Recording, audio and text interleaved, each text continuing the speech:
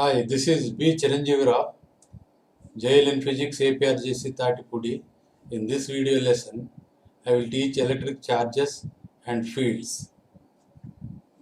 Now, let us observe the properties of charge.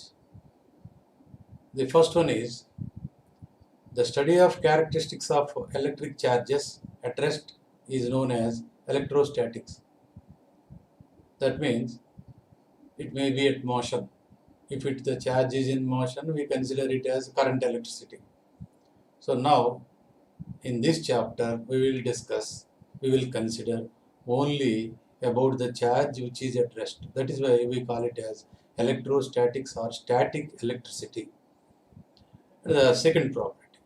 Electric charge is the property associated with a body or a particle due to which it is able to produce as well as experience the electric and magnetic effects. So it is nothing but the property of a body, material or a particle. By means of it, it will undergo or it some produces the electric and magnetic effects, or if the charge is placed in electric field, it will deflect, or if it is placed in magnetic field, it will also deflect, and the charge when it is moving, it produces magnetic effects. So for all these properties, the main reason is a charge. That is why the electric charge is the property associated with a body or a particle due to which it is able to produce as well as experience the electric and magnetic effects. Say for example, alpha and beta particles released from the nucleus, alpha decay and beta decay. They are charged particles. When they sent through magnetic field, they undergo deflection. When they sent through the electric field, also they undergo deflections. So this is all due to the charge of the particle. Now let us see the another property. Charge is a fundamental property of matter and never found free. What do you mean by fundamental property?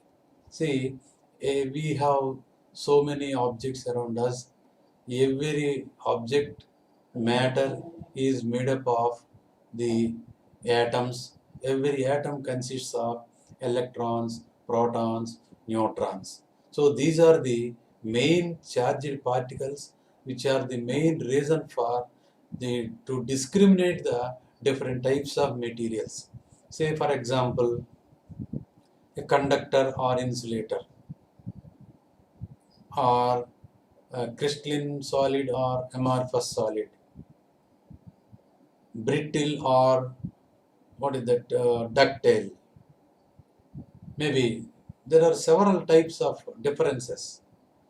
A good conductor, a bad conductor, metal, non-metal.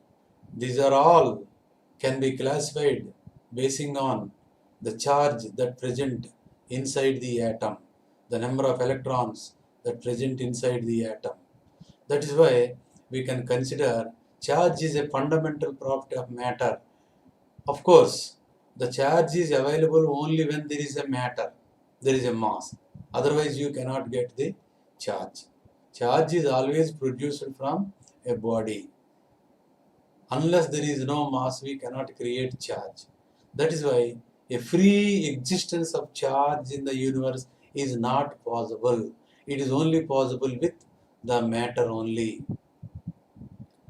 So, next, the excess or deficiency of electrons in a body gives the concept of charge. The excess of or deficiency. So, the body may have excess of electrons, maybe some deficiency of electrons. That leads to the charge. Now, let us see, there are two types of charges, namely positive and negative charge. Say this is positive charge denoted with plus, and this is negative charge denoted with a minus. Now, the deficiency of electrons in a body is known as positively charged body. That means if out of total, actually take for example sodium, it has atomic number 11. That means it has 11 electrons and 11 protons. That is why the charge of electron and proton is equal in magnitude but opposite in its sign. That is why 11 protons of charge cancelled with 11 electrons of its charge. That is why atom is always exist in neutral state. Suppose by chance if atom loses one electron, so relatively there is a shortage of electron. That is why it looks or it gets the positive charge. Suppose by chance any matter gains the electron, what happens? The relatively it has more number of electrons than it's the protons present in the nucleus. That is why that type of material can be considered as the negatively charged particle. So there are certain examples. Chlorine, take for example chlorine. Chlorine has 7 protons and 17 electrons. 17 protons and 17 electrons. So when there is no change in the number of protons and electrons, it exhibits a neutral property. Suppose if chlorine gains 1 electron, relatively it has 1 electron more when compared with the 17 protons. So electrons are there in number 18 electrons. That is why 1 electron is excess in chlorine. It displays the property of negative charge. So this is how a sodium, by losing 1 electron, it gets the positive charge, and chlorine by gaining 1 electron, it gets the negative charge. So this is how the charge can be occurred to any material or matter or to any particle. The excess of electrons in body is known as negatively charged body. If a body gets positive charge, its mass slightly decreases. If a body gets positive charge, its mass slightly decreases because it is losing 1 electron. That is why naturally its mass will decrease. So if a body given negative charge, its mass slightly increases because it gains 1 electron. So when compared with the neutral condition, 1 electron is excess, naturally slightly it gains as mass. So mass of the negatively charged particle is slightly more than the neutral atom. Similarly, mass of the positively charged particle slightly less than the neutral atom. Next, charge is relativistically invariant. What does it mean? Invariant means, suppose if the charge is moving with certain velocity, the amount of charge will never change. But whereas in mass, if a mass is moving, its mass will increase. But not like that in case of charge. Even it is in motion, the amount of charge will never change. It does not change with the motion of charged particle. That is why it is called invariant. And no change in its possible, whatever may be the circumstances. So Q, when it is in static position, is also equal to when it is in dynamic condition. So when it is at rest or when it is in motion, its charge remains same. It does not depend on the velocity. Next one is charge is a scalar. So see, the charge is not at all a vector. The additivity property obey only the scalar addition. The unit of charge is coulomb. The coulomb is the SI unit of the charge. One electrostatic unit of charge, ESU, this is the CGS unit of charge, is equal to 1/3 into 10 power of 9 coulomb.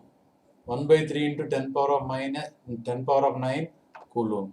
This is called CGS unit of the charge. And another unit is one electromagnetic unit of charge. Electromagnetic unit of charge is EMU. This is also equal to 10 coulombs. This is also unit of the charge. And next one, charge is derived physical quantity. Derived physical quantity with the dimensions A and T. That is current and time. It is not fundamental quantity. Current is fundamental quantity. Time is fundamental quantity. Whereas charge is derived physical quantity. So it is a scalar. Now let's go to another important problem. Electric charge produces electric field, magnetic field, and also electromagnetic radiations that depend upon its motion. See, the charge never changes due to its motion, but it can able to produce electric field, magnetic field. Sometimes it may be radiate some form of energy. So if the proton or any charged particle, it is at rest, V is equal to 0, it can produce only electric field. If the charge is moving with constant velocity, it can produce both electric field and magnetic field. E stands for electric field, B stands for magnetic field. If V is constant, it is moving with constant velocity, not accelerating. It should not accelerate or retard. If V not constant, that means it may accelerate, it may retard. Under these conditions, it produces electric field and magnetic field, and also it radiates some energy in form of light or any other form. And now let us go to another important property is charge on a conductor. Charge given to a conductor always resides on its outer surface only. This is why a solid and hollow conducting sphere of same outer radius will hold maximum equal charge.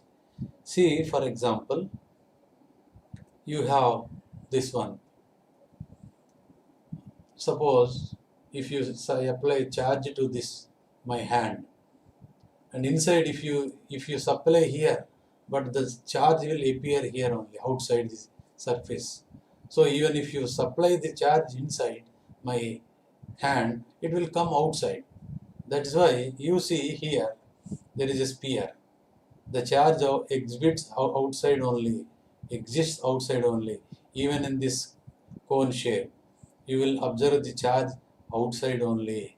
It will not exist inside the object. Maybe solid or hollow conducting sphere of same outer radius will hold maximum equal charge, whether it is solid or hollow. But if it is equal radius, they exhibit the same maximum equal charge.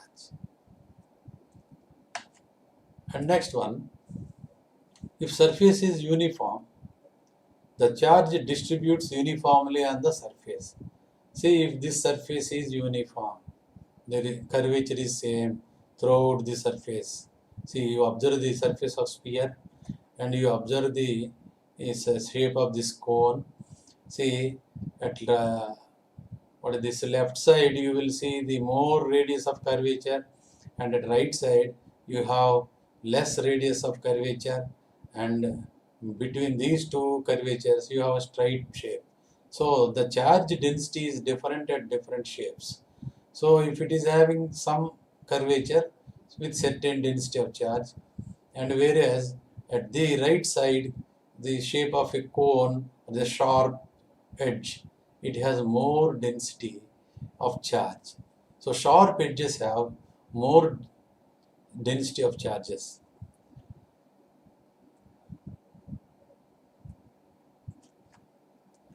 Now, like charges repel each other and unlike charges attract each other.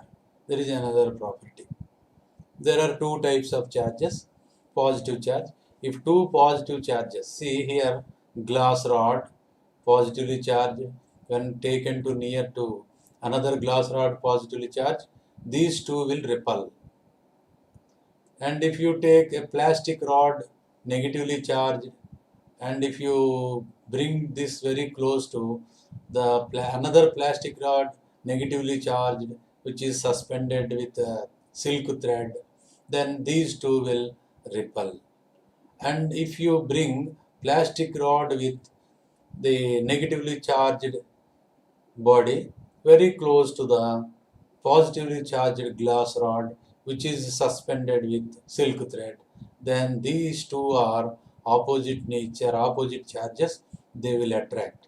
So here these two are repelled, and here in the third one it is attraction. So repulsion between two negative charges, repulsion between two positive charges, and attraction between the proton and what is this positive charge and negative charge. This is how the charges will repel or attract. And now let us see, the charge always resides on the outer surface of a charged body.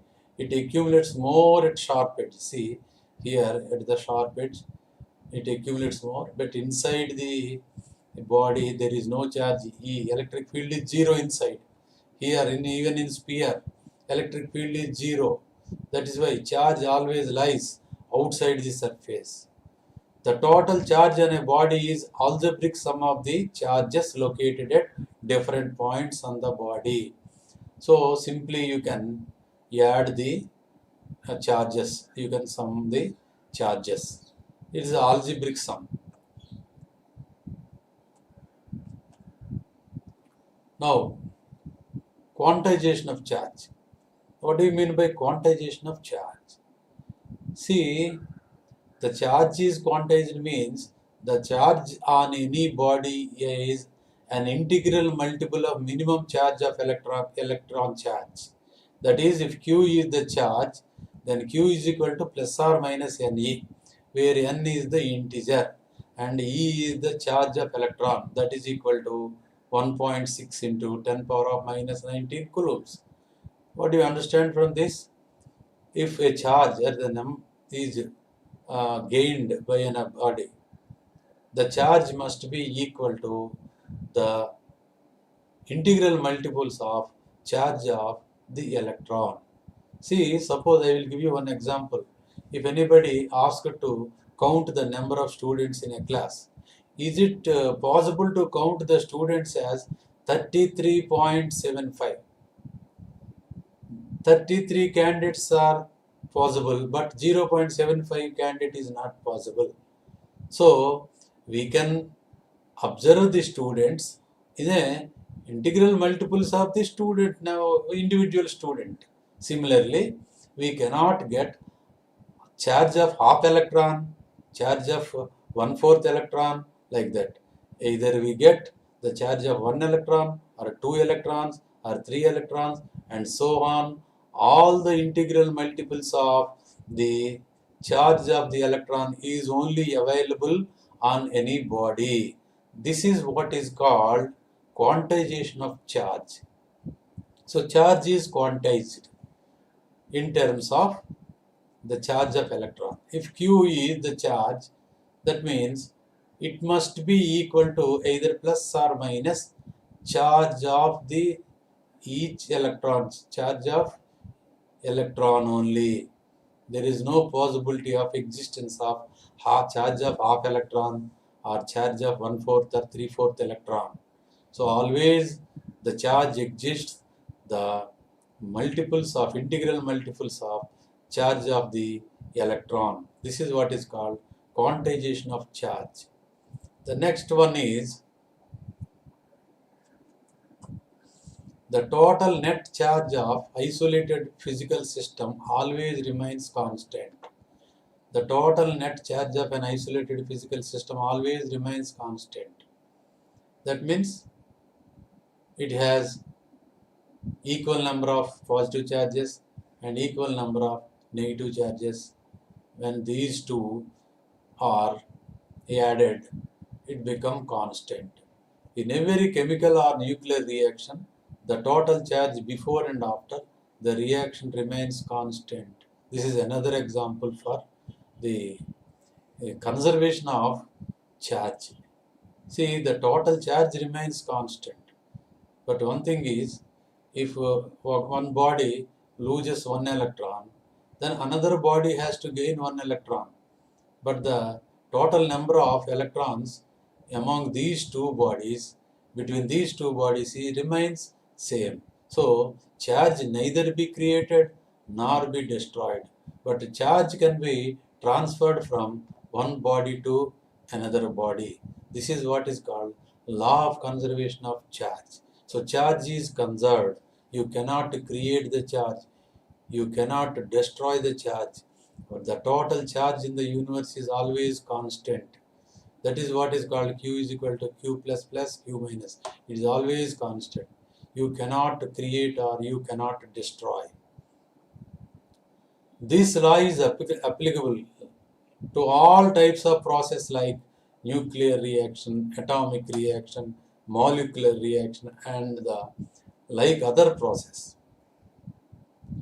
Charge is conserved. It can neither be created nor be destroyed. It can only be transferred from one object to other object, just like law of conservation of energy, law of conservation of mass, law of conservation of momentum, similarly law of conservation of charge. Next, electrification. What are the different methods of electrification of the object? The body can be charged by friction, by rubbing one body with another. You can get charge by conduction and by induction. Now let us see by friction what happens. When two bodies are rubbed together, equal and opposite charges are produced on both the bodies. Say for example here you observe the glass rod rubbed with silk cloth. Then what happened?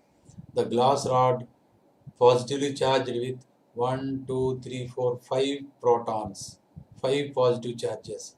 And the same time the silk cloth gained 5 electrons. So the number of electrons lost by this glass rod is equal to number of electrons gained by the silk cloth.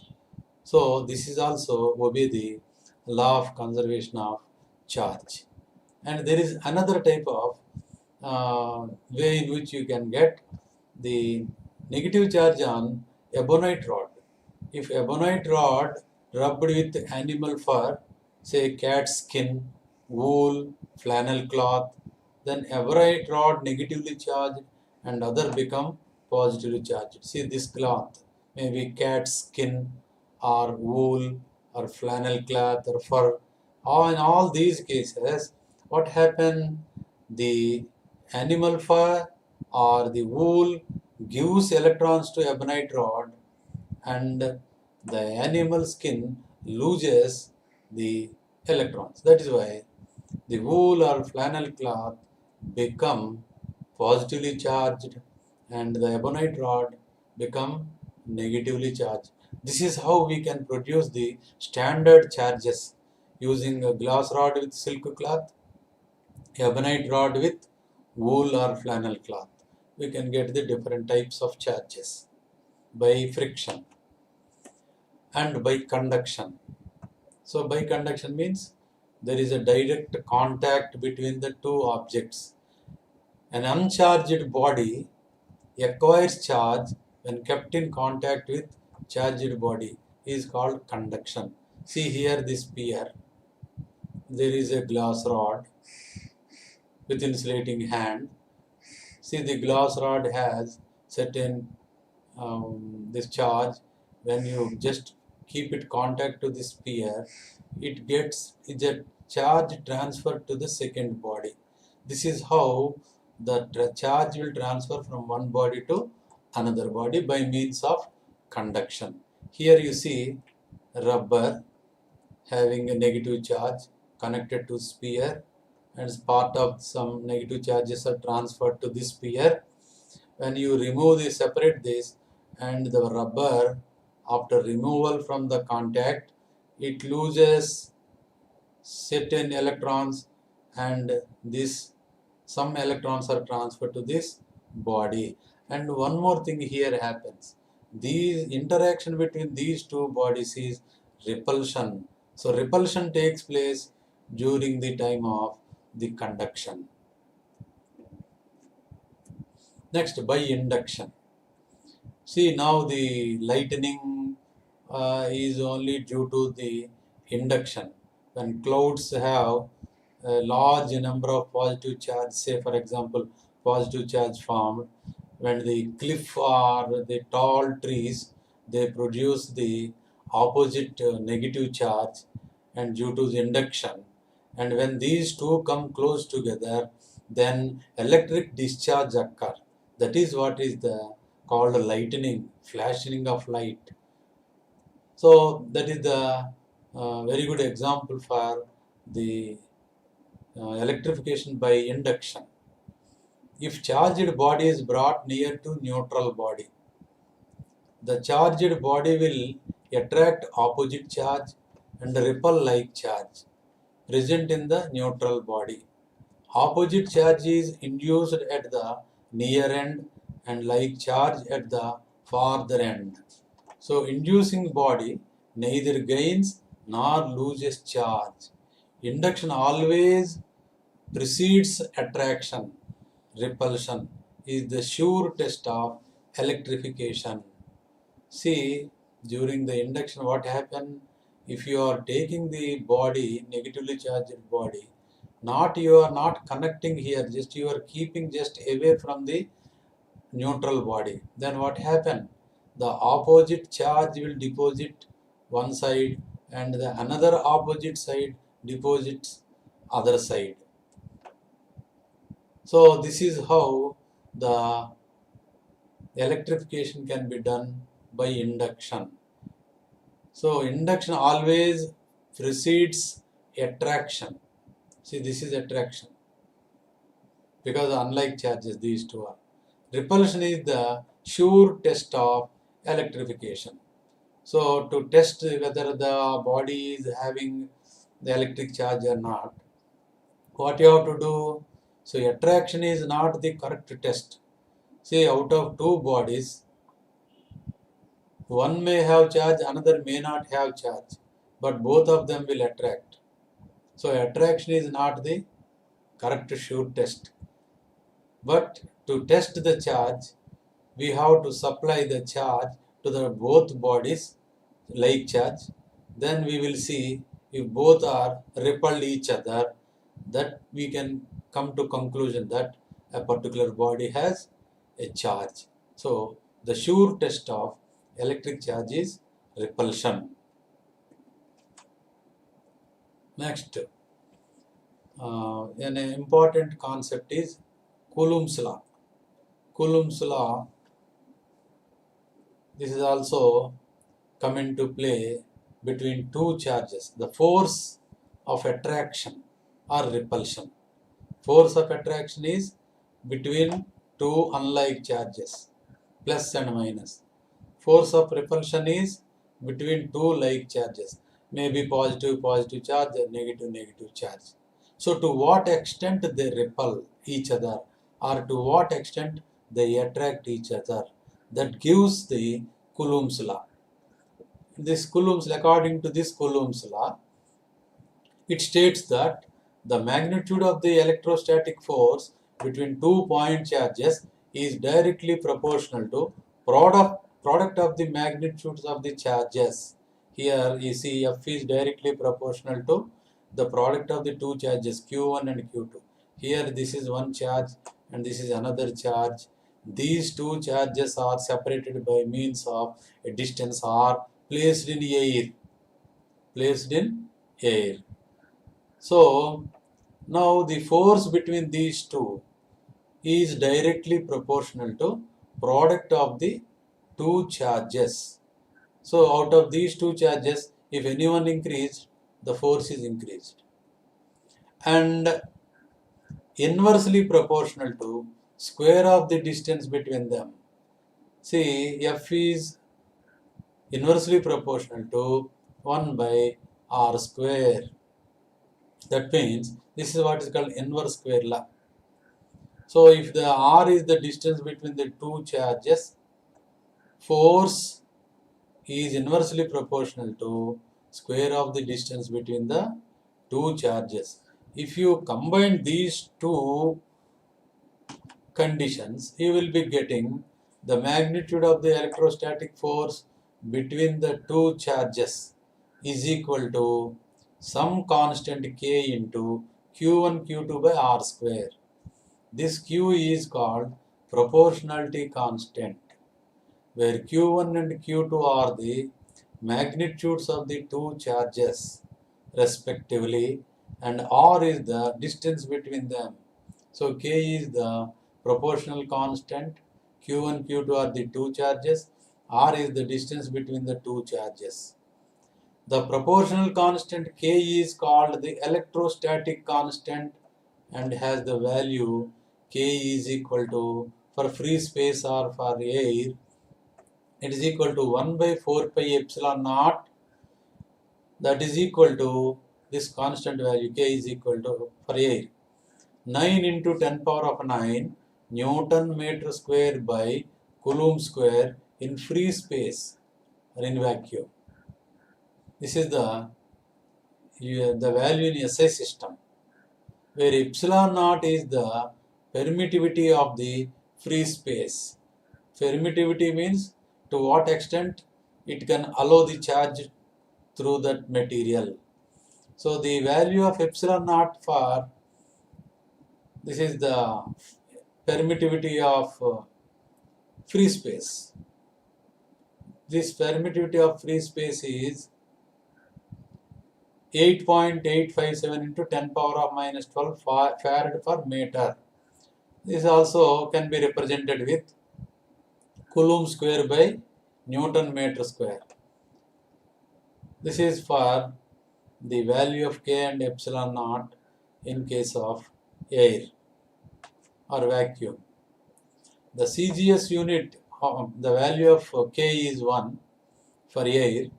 In this case, force between two charges should be expressed in dynes. This is the CGS unit of the force between the two charges. Next, vector notation. Vector form of the Coulomb's law.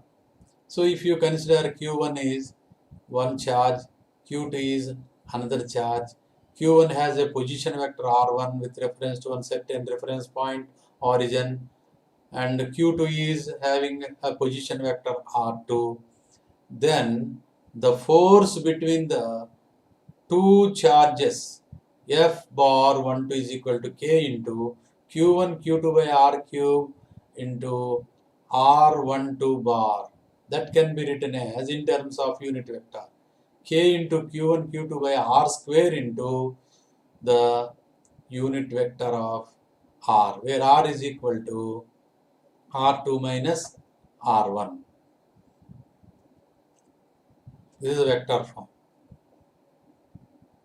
Now, permittivity is the measure of degree of the medium which resists the flow of charges. In SI, for medium other than free space, the relative permittivity of a medium is to be taken into consideration. Then what is the relative permittivity of medium? Dielectric constant, this is also called dielectric constant, or this is also called relative permittivity. The relative permittivity of the medium, it is a constant for given medium and its charges separated by a medium decreases compared with the force between the same charges in free space separated by the same distance. If two charges are kept at the same distance, but the medium between the two charges is changed, so the force decreases when compared with the same charges for the same distance when the air is the medium and some material is the medium. So always when the material is placed between the two charges, the force will decrease. Next. So relative permittivity is also known as dielectric constant, K of the medium of, or specific inductive capacity. There is another name for this, specific inductive capacity. So this K can be defined as permittivity of the medium by permittivity of free space. Permittivity of medium epsilon by permittivity of the free space epsilon naught. So epsilon r is the relative permittivity or specific inductive capacity or dielectric constant. So we can find the relative permittivity for any dielectric other than air. So the permittivity of the medium is equal to relative permittivity multiplied by permittivity of free space. This is the another important formula. It has no units. It is a ratio of same physical quantity. Now you see here the same charges with air as medium, but here the same charges with the same distance, but there is certain medium is placed with dielectric constant K. In this condition, the relative permittivity of medium is defined in another way, that is, the electrostatic force when air has medium between the two charges F naught and force between the same two charges kept in the medium at same distance. So it has no units and no dimensions. So K is equal to epsilon r is equal to F naught by F. So F naught is the force when air has medium between the two charges. F is the force between the two same charges and placed at the same distance but placed in a certain medium. So the dielectric constant of this medium also can be defined as the force F naught by F.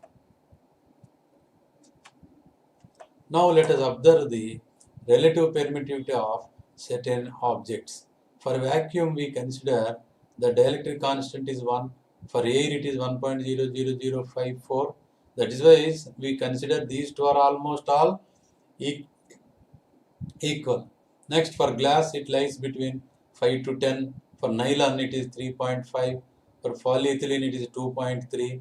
For polystyrene it is 2.6. For rubber it is lies between 2 to 3. For Teflon it is 2.1. For water at 20 degrees centigrade is 80. So the dielectric constant for water is more. Now let us solve some problems based on the Coulomb's law. The first problem is, what is the magnitude of the force of repulsion between two small spheres 1 meter apart if each has a charge of 1.0 into 10 power minus 12 coulombs? So Q1 and Q2 is given, they are equal with a value of 1.0 into 10 power minus 12 coulombs, and the distance between these two charges is given 1 meter. Now you have to find the electrostatic force between the two charges. We know the formula, Fe is equal to K into Q1 Q2 by R square. Now if you substitute the value of K, that is 9 into 10 power of 9 in SI system, into Q1 Q2, 1 into 10 power minus 12 C coulomb whole square by the distance square, that is 1.0 meter whole square. So the force is equal to 9.0 into 10 power of minus 15 newtons. So the magnitude of the force of repulsion is 9.0 into 10 power of minus 15 newtons. It is a very small force. Now let us observe the second problem. The magnitude of the electrostatic force between two small, essentially point-like charged objects is 5.0 into 10 power of minus 5 Newton. Calculate the force of each of the following situations. So the two charges are, there are two charges, and when the force between these two charges is given at a certain condition, 5.0 in 10 power minus 5 Newton. Now the different conditions let us observe. Case A, the distance between the charges is doubled. So distance is increased twice, while the size of the charges stays the same. So charge remains constant, only the distance is doubled. So in this case, what happened? Let us see, force between the first case, it is given 5.0 in 10 power minus 5 newtons. Now we have to find the force between the same charges, but the distance is doubled. Then what you have to do? The formula is F is proportional to 1 by R square. So F2 by F1 is R1 by R2 whole square. So F2 is equal to F1 into R1 by R2 whole square. So that is equal to F1 is given 5.0 into 10 power of minus 5 newtons into the ratio of the two distances. Initially we consider it as 1, and the second case it is doubled. So twice to that of the first one. So if you write down R1 is 1, or R1 simply you write R1, then R2 become 2R1. So R1 cancel. So it become 1 by 2 whole square. So F2 become 1.2 into 10 power of minus 5 newtons. So by increasing the distance between the two charges twice to that of the initial one, the force is increased 1.2 into the force is decreased, because when the distance increases, the force will become decreases. 1.2 into 10 power of minus 5 Newton. The second case, let us see the second case. The charge on one object is tripled, while the charge on the other is halved. See, one charge is tripled, one charge is halved. Increased 3 times, and one charge is decreased half. So in this case, we have to take into consideration force between the two charges is directly proportional to product of the two charges. So F2 by F1 is equal. In this case, distances are not changed. It remains same. But F2 is equal to F1 into the charge of the A2, charge of the second one, charge of B2 by charge of A1 and charge of B1. This is the ratio between F2 and F1. So you will get F is already given 5 into 10 power of minus 5 newtons. But the first charge is what happened? The ratio of the first charge is become 1 by 2, and the ratio of the second charge become 3 by 1. That means the charge on one object is tripled. One is tripled while the other is half. Tripled and half. That is why we take for first charge it is half, and the second charge we take 3 by 1. So finally you will get F2 is equal to 7.5 into 10 power of minus 5 Newton. And next, the third case is both the charges in A and B occur simultaneously. Both the changes in A and B occur simultaneously. So distance is doubled, and one charge is tripled, and another charge is halved. So both the cases applied. In the third case, case A and case B is applied, then what happen? So we have to take into consideration the product of the charge and the square of the distance between the two charges.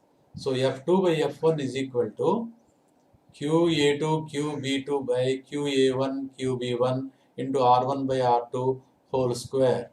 So the ratio F1 is given F 5.0 into 10 power minus 5 newtons into QA2 by QA1, that is already applied here 1 by 2, and for the second charge the change is tripled, that is why 3 by 1. So the second charge increased 3 times to that of the previous case of the charge B, and the distances are doubled, so 1 by 2 whole square. Ft is equal to 1.9 into 10 power minus 5 Newton is the final answer for the third option. So when the charges and the separation from A and B change simultaneously, the magnitude of the force decreases to 1.9 into 10 power of minus 5, 9. This is the regarding all properties of the charges and Coulomb's law and some problems based on this Coulomb's law. See the electric field are due to a charge. See, if you just observe this, plus Q is a charge, and you observe the dotted circular part. Suppose if you keep any charge inside the circular part, if it is under the influence of this charge, see some charge, if you say some positive charge may be repelled, or if the negative charge may be attracted towards the charge. Suppose if you keep outside the any charge of this dotted line, it has no influence on that charge. So we can say the space around an electric charge in which its influence can be felt is known as the electric field. So the area around this charge which has the influence on any charge placed surrounded by that charge, so that particular region is called the electric field. So let us define what is electric field. Space or region surrounding an electric charge or a charged body within which another charge experiences some electrostatic force of attraction or repulsion when placed at a point is called electric field. So if you keep a charge inside this dotted circle, it will be influence on that charge. If you keep outside this circular dotted line, it will not be any influence. That's why this particular region is called electric field of this charge. Next, electric field lines. This is the imaginary line.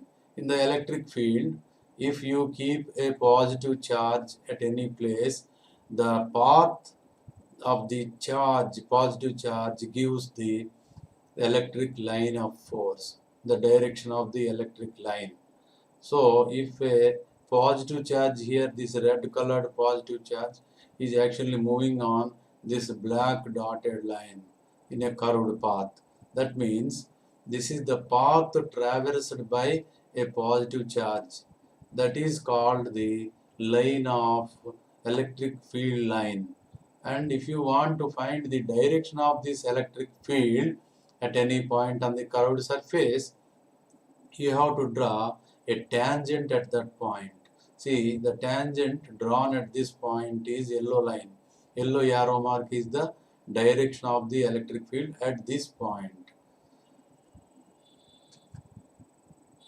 Next, characteristics of electric lines of force. For the first, the field lines never intersect each other. So, in the electric field, at any point, there will not be any two directions of the electric field. Only the direction start from the positive charge and end at negative charge. So there is no possibility of two directions at any point in the electric field. That is why the field lines never intersect each other. The next point is the magnitude of charge and the number of field lines both are proportional to each other. If more the amount of charge, more the number of lines, field lines exists. So the field lines and the charge, they are proportional to each other. The next point is for the field lines to either start or end at infinity, a single charge must be used. So in order to observe the lines starting from one charge ending with infinity, ending at infinity, or if they are coming from infinity and ending with a charge, suppose for example negative charge, we have to consider a single isolated charge. See now, you see here, this is a positive charge, first figure, red mark, first figure, positive charge. All the lines are appear to diverged from this charge surface, and normally they are emitting diverged normally from the isolated positive charge. See, all the arrow marks are showing away from the charge. And here if you observe the second figure, this is a negative charge, and all the lines of force are appearing to converge the charge at the charge, and they are coming normal to the surface of the charge. So here it appears to in the first figure, you can observe that the charge originated from the charge, and here they are terminating at the charge in the negative charge. See, thus you observe the field lines are perpendicular to the surface of the charge. See, the lines are always perpendicular. It is not possible to the inclined or some inclination. The field lines that originate from positive charge and terminating on negative charge. So the field lines are appear to start from the positive charge, and they just move towards the terminating at the negative charge. So if you observe the third figure, the start point of the field line is at the positive charge and end at the negative charge. If you observe this third figure, the positive charge lines of force starting from positive charge and ending at negative charge. See, these are all curved lines here. No line is intersecting anywhere. This is the main important characteristics of the lines of force. No two lines intersect in the electric field. Now, characteristics of electric lines of force. Another property. Electric lines of force never intersect each other because at the point of intersection, two tangents can be drawn to the two lines of force. This means two directions of the electric field at the point of intersection, which is not possible. Suppose you want to draw the tangent at this point, we have to draw in this direction, left side and right side. So at any point, if you consider that it is a point of intersection or intersection of two lines of force, that means one line is in one direction and the other line is in the opposite direction.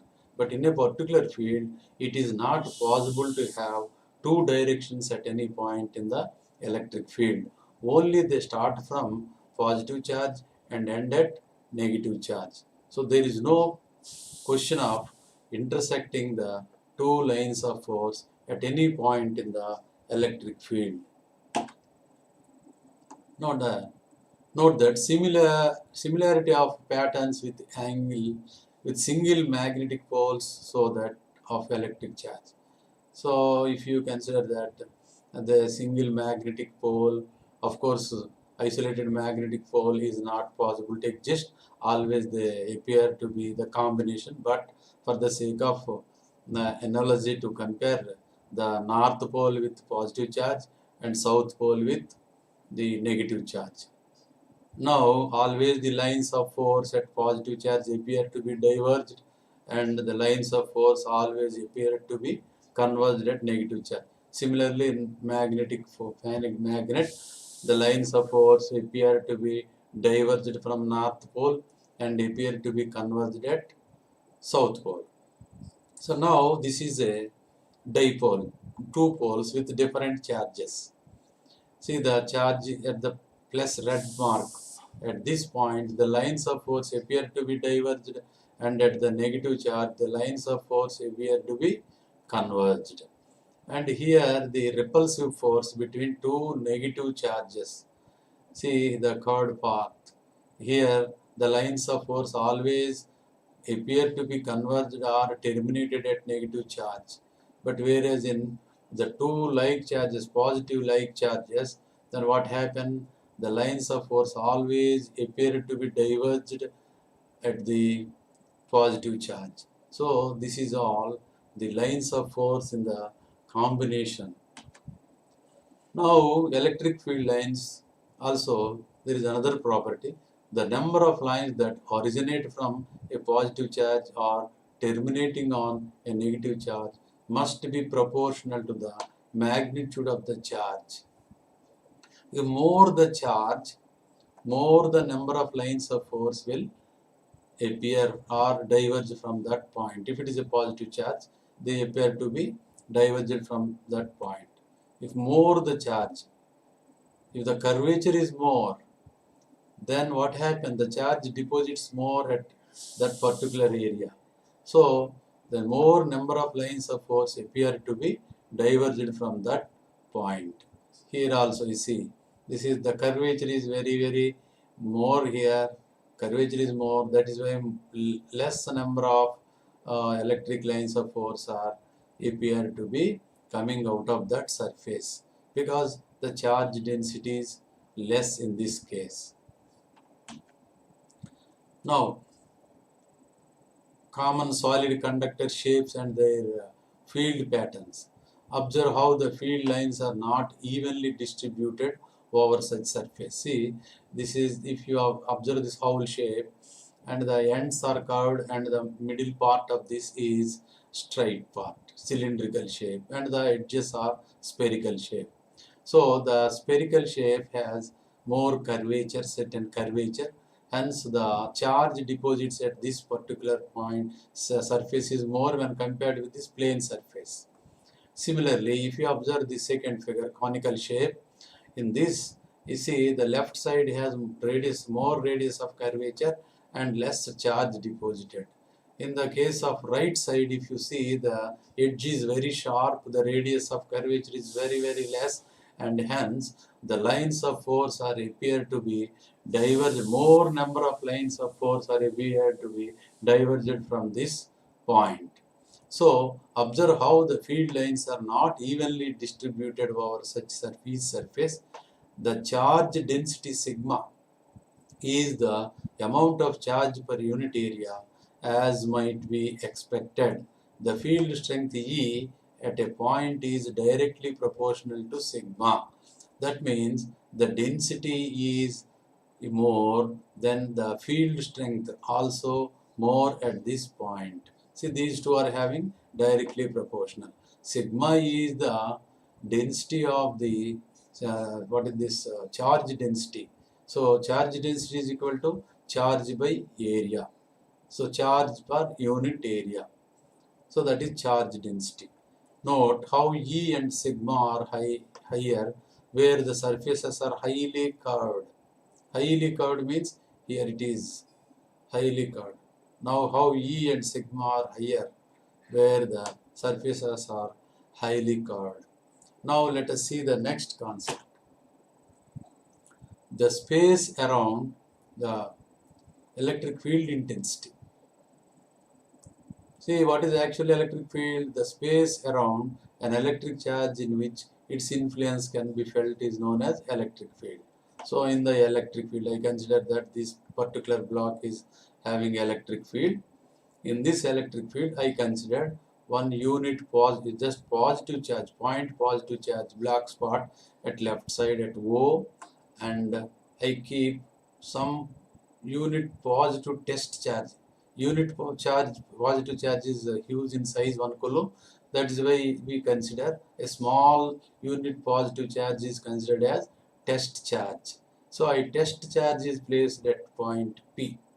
Now what happened, because it is in field, the charge at O will repel the unit positive test charge placed at P in this direction of E. So these two are separated by a distance of R. Then we can define the electric field intensity at P is the force exerted by the charge at O on unit positive charge in the electric field at that point is called electric field intensity. So intensity of electric field is nothing but force experienced by the unit positive test charge due to a point charge in the electric field at that point is electric field intensity. So now electric field is denoted with E. Electric field E is equal to F by Q naught. This is unit positive test charge. But F is, according to Coulomb's law, 1 by 4 pi epsilon naught Q naught by R square. If you substitute this force value in the equation E, you will get 1 by 4 pi epsilon naught Q by R square, Q naught cancel. So finally, the electric field intensity at any point in the electric field at a distance R is equal to 1 by 4 pi epsilon naught Q by R square. The force is a vector, hence E is also a vector. So this E depends on Q, charge of the charge located at O, and distance between the, or the distance at which we are going to find the electric field intensity. That is inversely proportional to square of the distance from the point charge. Now what is the unit of this electric field intensity? Newton per coulomb, because unit of force is Newton, Q naught has a unit of coulomb, or you can also write down volt per meter. This is another unit. We will discuss it later in the chapter electric potential. The electric field intensity due to a positive charge is always directed away from the charge, and the negativity, the intensity due to a negative charge is always directed towards the charge. So positive charge always directs away from the charge, negative charge always directed towards the charge. Now let us see the uniform electric field and non-uniform electric field. See, two oppositely charged and parallel metal plates X and Y. See, this is one X and this the green lines and Y plate. These two plates separated by certain distance D, and these two are connected to a DC supply. See, this red mark, this red dot gives positive charge and this blue dot gives the negative charge by conduction. So what happened here, the electric field is established between the two plates. See, in between the two plates you have parallel lines. These parallel lines are having equal magnitude and also equal direction at any point inside these two parallel plates. That is why this type of electric field is called uniform electric field. If you observe the edges of these plates, here left side and right side, you will observe a curved line. This curved line, on this curved line at any point, you observe a tangent. The tangent will be in different directions at different points. So even though the magnitude is same, since the direction is changing, so the electric field intensity is also changing. So if magnitude changed or direction changed, if any one of the two quantities changed, properties are changed, we can consider that is not uniform electric field. So in this figure, you will see the extreme ends, the lines are curved and the electric field intensity is not uniform. That is why this is called non-uniform electric field. And if you observe the parallel lines between the two plates, which indicates that the lines of force are in the same direction, so electric field intensity is in the same direction. That is why to this extent we can consider it produce uniform electric field. Okay.